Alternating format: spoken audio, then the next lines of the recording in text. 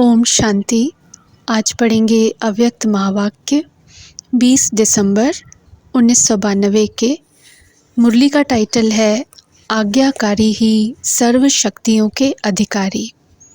सर्वशक्तिवान बाप दादा अपने मास्टर सर्वशक्तिवान बच्चों प्रति बोले, आज सर्व शक्तियों के दाता बाप दादा अपनी शक्ति सेना को देख रहे हैं।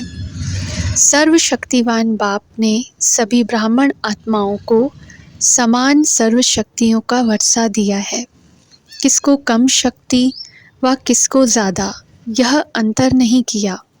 सभी को एक द्वारा एक साथ एक समान शक्तियाँ दी हैं। तो रिज़ल्ट देख रहे थे कि एक समान मिलते हुए भी अंतर क्यों है। कोई सर्वशक्ति संपन्न बने और कोई सिर्फ शक्ति संपन्न बने हैं, सर्व नहीं। कोई सदा शक्ति स्वरूप बने, कोई कभी कभी शक्ति स्वरूप बने हैं। कोई ब्राह्मण आत्माएं अपनी सर्वशक्तिवान की अथॉरिटी से जिस समय जिस शक्ति को ऑर्डर करती हैं, वह शक्ति रचना के रूप में मास्टर रचता के सामने आती है। ऑर्डर किया और हाजिर हो जाती है। कोई ऑर्डर करते हैं लेकिन समय पर शक्तियाँ हाजिर नहीं होती, जी हाजिर नहीं होती। इसका कारण क्या?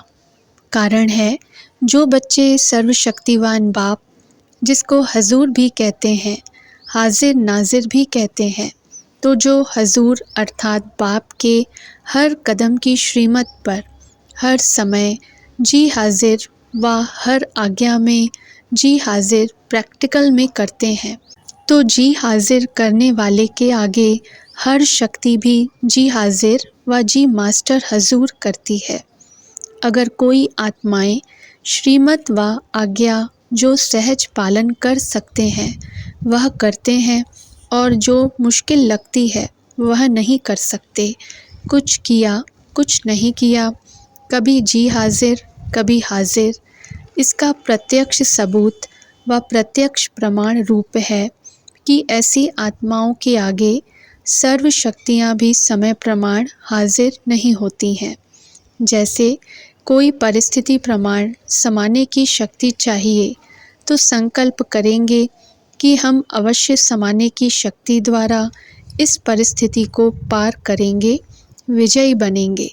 लेकिन होता क्या है, सेकंड नंबर वाले अर्थात कभी कभी वाले समाने की शक्ति का प्रयोग करेंगे। 10 बार समाएंगे लेकिन समाते हुए भी 1-2 बार समाने चाहते भी समा नहीं सकेंगे। फिर क्या सोचते हैं, मैंने किसको नहीं सुनाया, मैंने समाया, लेकिन यह साथ वाले थे, हमारे सहयोगी थे, समीप थे, इसको सिर्फ इशारा दिया, सुनाया नहीं, इशारा दिया। कोई शब्द बोलने नहीं चाहते थे, सिर्फ एक आधा शब्द निकल गया, तो इसको क्या कहा जाएगा? समाना कहेंगे। 10 के आगे तो समाया और 1-2 के आगे समा नहीं सकते, तो इसको क्या कहेंगे? समाने की शक्ति ने ऑर्डर माना, जबकि अपनी शक्ति है, बाप ने वर्षे में दिया है, तो बाप का वर्षा सो बच्चों का वर्षा हो जाता। अपनी शक्ति अपने काम में न आए तो इसको क्या कहा जाएगा? ऑर्डर मानने वाले या ऑर्डर न मानने वाले कहा जाएगा। आज बाप दादा सर्व ब्राह्मण आत्माओं को देख रहे थे कि कहाँ तक सर्व शक्तियों के अधिकारी बने हैं। अगर अधिकारी नहीं बने तो उस समय परिस्थिति के अधीन बनना पड़े। बाप दादा को सबसे ज़्यादा रहम उस समय आता है जब बच्चे कोई भी शक्ति को समय पर कार्य में नहीं लगा सकते हैं। उस समय क्या करते हैं, जब कोई बात सामना करती तो बाप के सामने किस रूप में आते हैं? ज्ञानी भक्त के रूप में आते हैं। भक्त क्या करते हैं? भक्त सिर्फ पुकार करते रहते कि यह दे दो। भागते बाप के पास हैं, अधिकार बाप रखते हैं, लेकिन रूप होता है रॉयल भक्त का।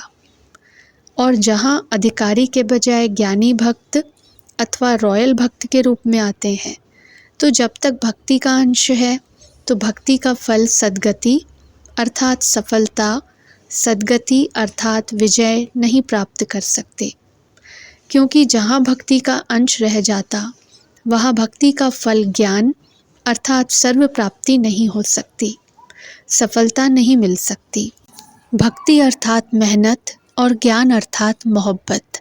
अगर भक्ति का अंश है तो मेहनत ज़रूर करनी पड़ती, और भक्ति की रस्म रिवाज है कि जब भीड़ पड़ेगी तब भगवान याद आएगा, नहीं तो अलबेले रहेंगे। ज्ञानी भक्त भी क्या करते हैं, जब कोई विघ्न आएगा तो विशेष याद करेंगे। एक है सेवा प्रति याद में बैठना और दूसरा है स्व की कमज़ोरी को भरने लिए याद में बैठना। दोनों में अंतर है। जैसे अभी भी विश्व पर अशांति का वायुमंडल है, तो सेवा प्रति संगठित रूप में विशेष याद के प्रोग्राम बनाते हो, वह अलग बात है। वह तो दाता बन देने के लिए करते हो, वह मांगने के लिए नहीं करते हो, औरों को देने के लिए करते हो, तो वह हुआ सेवा प्रति। लेकिन अपनी कमज़ोरी भरने के प्रति समय पर विशेष याद करते हो, और वैसे अलबेलेपन की याद होती है। याद होती है, भूलते नहीं हो, लेकिन अलबेलेपन की याद होती है। हम तो हैं ही बाबा के, और है ही कौन। लेकिन यथार्थ शक्तिशाली याद का प्रत्यक्ष प्रमाण समय प्रमाण शक्ति हाजिर हो जाए। कितना भी कोई कहे मैं तो याद में रहती ही हूँ व रहता ही हूँ, लेकिन याद का स्वरूप है सफलता। ऐसे नहीं जिस समय याद में बैठते उस समय खुशी भी अनुभव होती, शक्ति भी अनुभव होती, और जब कर्म में संबंध संपर्क में आते उस समय सदा सफलता नहीं होती, तो उसको कर्मयोगी नहीं कहा जाएगा। शक्तियाँ शस्त्र हैं, और शस्त्र किस समय के लिए होता है?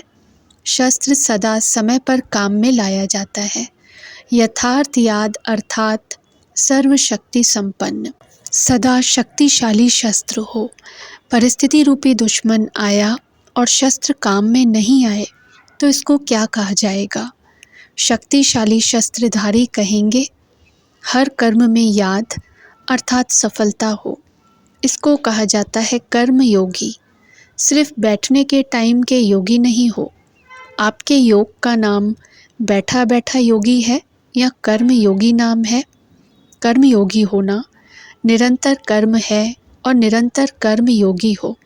जैसे कर्म के बिना एक सेकंड भी रह नहीं सकते, चाहे सोए हुए हो तो वह भी सोने का कर्म कर रहे हो ना। तो जैसे कर्म के बिना रह नहीं सकते, वैसे हर कर्म योग के बिना कर नहीं सकते। इसको कहा जाता है कर्म योगी। ऐसे नहीं समझो कि बात ही ऐसी थी ना, सरकमस्टेंस ही ऐसे थे, समस्या ही ऐसी थी, वायुमंडल ऐसा था। यही तो दुश्मन है, और उस समय कहो दुश्मन आ गया इसलिए तलवार चला न सके, तलवार काम में लगा नहीं सके, या तलवार याद ही नहीं आए, या तलवार ने काम नहीं किया, तो ऐसे को क्या कहा जाएगा? शस्त्रधारी। शक्ति सेना हो तो सेना की शक्ति क्या होती है? शस्त्र। शस्त्र हैं सर्व शक्तियाँ। तो रिज़ल्ट क्या देखा? मेजॉरिटी सदा समय पर सर्व शक्तियों को ऑर्डर पर चला सके, इसमें कमी दिखाई दी। समझते भी हैं, लेकिन सफलता स्वरूप में समय प्रमाण या तो शक्तिहीन बन जाते हैं, या थोड़ा सा असफलता का अनुभव कर फौरन सफलता की ओर चल पड़ते हैं। 3 प्रकार के देखे। एक, उसी समय दिमाग द्वारा समझते हैं कि यह ठीक नहीं है, नहीं करना चाहिए, लेकिन उस समझ को शक्ति स्वरूप में बदल नहीं सकते। दूसरे हैं जो समझते भी हैं, लेकिन समझते हुए भी समय व समस्या पूरी होने के बाद सोचते हैं। वह थोड़े समय में सोचते हैं, वह पूरा होने के बाद सोचते। तीसरे, महसूस ही नहीं करते कि यह रॉन्ग है, सदा अपने रॉन्ग को राइट ही सिद्ध करते हैं, अर्थात सत्यता की महसूसता शक्ति नहीं। तो अपने को चेक करो कि मैं कौन हूँ। बाप दादा ने देखा कि वर्तमान समय के प्रमाण सदा और सहज सफलता किन बच्चों ने प्राप्त की है, उसमें भी अंतर है। एक है सहज सफलता प्राप्त करने वाले और दूसरे हैं मेहनत और सहज, दोनों के बाद सफलता पाने वाले। जो सहज और सदा सफलता प्राप्त करते हैं, उनका मूल आधार क्या देखा? जो आत्माएं सदा स्वयं को निर्माण चित्त की विशेषता से चलाते रहते हैं, वही सहज सफलता को प्राप्त होते आए हैं। निर्माण शब्द एक है, लेकिन निर्माण स्थिति का विस्तार और निर्माण स्थिति के समय प्रमाण प्रकार वह बहुत हैं। उस पर फिर कोई समय सुनाएंगे। लेकिन यह याद रखना कि निर्माण बनना ही स्वमान है और सर्व द्वारा मान प्राप्त करने का सहज साधन है। निर्माण बनना झुकना नहीं है, लेकिन सर्व को अपनी विशेषता और प्यार में झुकाना है। समझा? सभी ने रिजल्ट सुनी। समय आपका इंतज़ार कर रहा है। और आप क्या कर रहे हो? आप समय का इंतज़ार कर रहे हो। मालिक के बालक हो ना, तो समय आपका इंतज़ार कर रहा है कि ये मेरे मालिक मुझ समय को कब परिवर्तन करेंगे। वह इंतज़ार कर रहा है और आपको इंतज़ाम करना है, इंतज़ार नहीं करना है। सर्व को संदेश देने का और समय को संपन्न बनाने का इंतज़ाम करना है। जब दोनों कार्य संपन्न हो, तब समय का इंतज़ार पूरा हो। तो ऐसा इंतज़ाम सब कर रहे हो। किस गति से? समय को देख आप भी कहते हो कि बहुत फास्ट समय बीत रहा है। इतने वर्ष कैसे पूरे हो गए? सोचते हो ना? अव्यक्त बाप की पालना को भी 25 वर्ष होने को हो गए। कितना फास्ट समय चला। तो आपकी गति क्या है? फास्ट है या फास्ट चलकर कभी कभी थक जाते हो, फिर रेस्ट करते हो? कर रहे हैं, यह तो ड्रामा के बंधन में बंधे हुए ही हो। लेकिन गति क्या है? इसको चेक करो। सेवा हो रही है, पुरुषार्थ हो रहा है, आगे बढ़ रहे हैं, यह तो ठीक है। तो अब गति को चेक करो। सिर्फ चलने को चेक नहीं करो, गति को चेक करो, स्पीड को चेक करो। समझा? सभी अपना काम कर रहे हो ना? अच्छा, चारों ओर के सदा बाप के आगे जी हाजिर करने वाले, सदा मास्टर सर्वशक्तिवान बन सर्व शक्तियों को स्वयं के ऑर्डर में चलाने वाले, सर्व शक्तियाँ जी हाजिर का पाठ बजाने वाली, ऐसे सदा सफलता मूर्त आत्माएं, सदा हर कर्म में याद का स्वरूप अनुभव करने वाले और कराने वाले, ऐसे अनुभवी आत्माओं को सदा हर कर्म में, संबंध में, संपर्क में निर्माण बन विजयी रत्न बनने वाले, ऐसे सहज सफलता मूर्त श्रेष्ठ बच्चों को बाप दादा का याद प्यार और नमस्ते। अच्छा, ओम शांति।